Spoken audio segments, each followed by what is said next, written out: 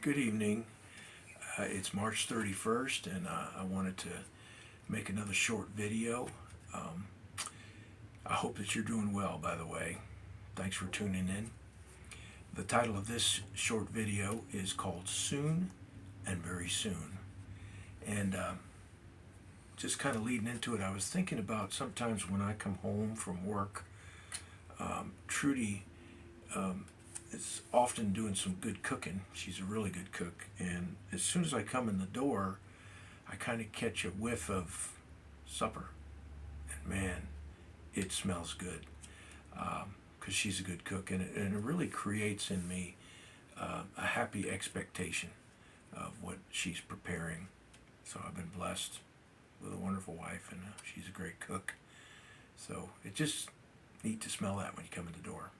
Anticipation. So I've just finished reading the book of Daniel, and it's a wonderful book of the Bible. It gives us much to be looking forward to and anticipating of what's coming up ahead.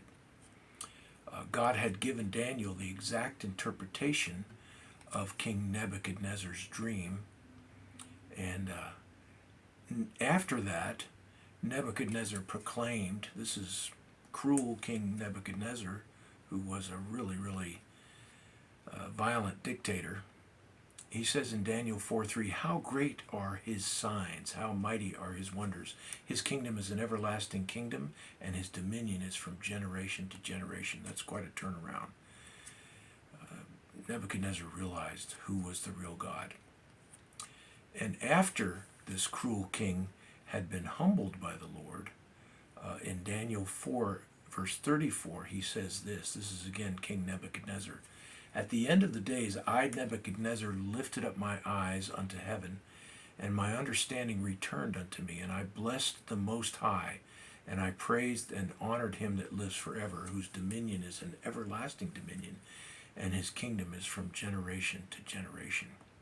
He proclaimed that, God's kingdom is going to last forever. It's going to endure from generation to generation. And after Daniel had been safely protected overnight in the lion's den, that all came about because King Darius, who had replaced, Nebuchadnezzar later on, he had been tricked into making a law that got Daniel in trouble without any justification. But he was thrown in the lion's den, and he survived that overnight. The Lord shut the lion's mouth, and so the next morning, very early, King Darius, wanted to make sure Daniel was okay, and he goes out there and says, "Daniel, was your God able to protect you?" And Daniel said he was fine. He not only survived, but the lions just let him be. And in Daniel 6:26, here's what Darius said: "I make a decree that in every dominion of my kingdom men tremble and fear before the God of Daniel. For he is the living God, and steadfast forever in his kingdom that which shall not be destroyed, and his kingdom shall be even unto the end." And so when Daniel was receiving some visions from God in Daniel chapter 7, here's what Daniel said: "I saw in the night visions, and behold, one like the Son of Man came with the clouds of heaven, and came to the Ancient of Days, and they brought him near before him. And there was given him dominion and glory and a kingdom, that all people, nations, and languages should serve him. His dominion is an everlasting dominion which shall not pass away, and his kingdom that which shall not be destroyed." And my favorite scripture along this line in the book of Daniel happened in chapter 2, when Daniel was given both the dream and the interpretation of Nebuchadnezzar's dream about the great image. None of the magicians and astrologers and soothsayers were able to tell the dream or the interpretation. Daniel got both. He prayed, and God showed him both. And in Daniel 2:34, he's speaking to Nebuchadnezzar, and he says, "Here's what you saw in your dream. You saw till that a stone was cut out without hands, which smote this image upon his feet, that were of iron and clay, and brake them to pieces." Nebuchadnezzar had seen this great image in his dream, and the stone was cut out without hands, and smote the image in the feet, which was the iron and clay. And of course, that symbolized the Roman Empire. You'll read that in Daniel 2. So the interpretation included this amazing picture of Christ's everlasting kingdom. Daniel 2, verses 44 and verse 45. This is our last scripture. And in the days of these kings shall the God of heaven set up a kingdom which shall never be destroyed, and the kingdom shall not be left to other people, but it shall break in pieces and consume all these kingdoms, and it shall stand forever. For as much as thou sawest that the stone was cut out of the mountain without hands, and that it brake in pieces the iron, the brass, the clay, the silver, and the gold, the great God hath made known to the king what shall come to pass hereafter, and the dream is certain, and the interpretation thereof is sure. So I hope that you might read the book of Daniel, again, if you haven't read it for a while, and just observe these amazing prophecies of Messiah's kingdom that's going to be an everlasting kingdom. These things are important, thinking about the potential for nuclear war these days. We're all watching the reports and praying for peace over in Ukraine and Russia.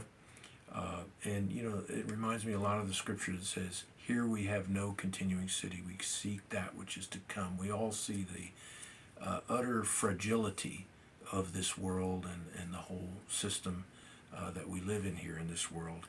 But it's comforting to me to really know about this kingdom that Daniel saw and these heathen kings saw. They recognized that this is the everlasting kingdom, the kingdom of God. And we can look forward to this, and we can anticipate the kingdom of Christ. And a brother named Stan Smith wrote a song one time that I want to share with you right now. Brother Stan passed away. He's in heaven today. But I loved his songs that God gave him. And this is one of his songs. It goes like this. It's based upon this prophecy in Daniel about the stone cut out without hands that smote the other kingdoms, and about the kingdom of Christ lasting forever.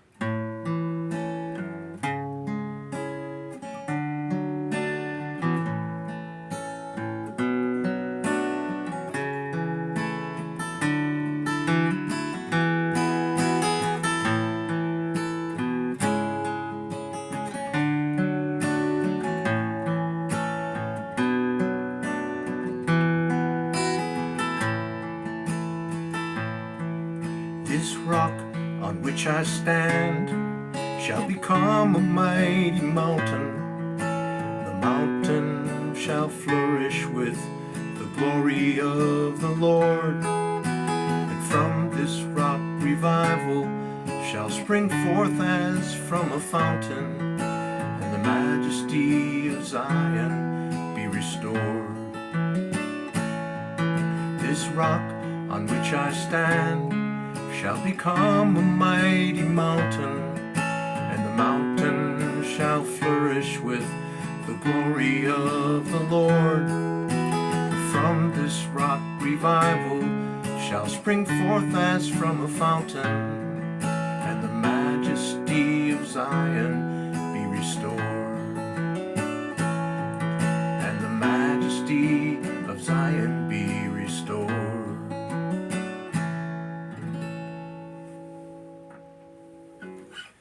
Amen. Well, I'd be the first to say that I'm not an expert in prophecy, but these prophecies in Daniel are so amazing. And I just love that imagery of how God, took this stone cut out without hands, and and it was hurled and smote this great image that Nebuchadnezzar had seen, and the head of gold and silver in the midsection, and the brass, and then the iron and the clay down below. They symbolized all of the empires. There was Rome was the bottom one there, the Medes, the Persians, the Greeks, and history, followed that exactly. Those were the empires that, succeeded one another. And this kingdom is an everlasting kingdom, Christ's kingdom. So we can look forward to this. We can anticipate this. It's not a real good example about Trudy's cooking, but the anticipation is real, thinking about these things. Anyway, we love you. May God bless you all, and I hope that you have a really good weekend and a good week ahead. And as my friend Merle Brown always likes to say, he says, keep looking up and remember who loves you. God bless you.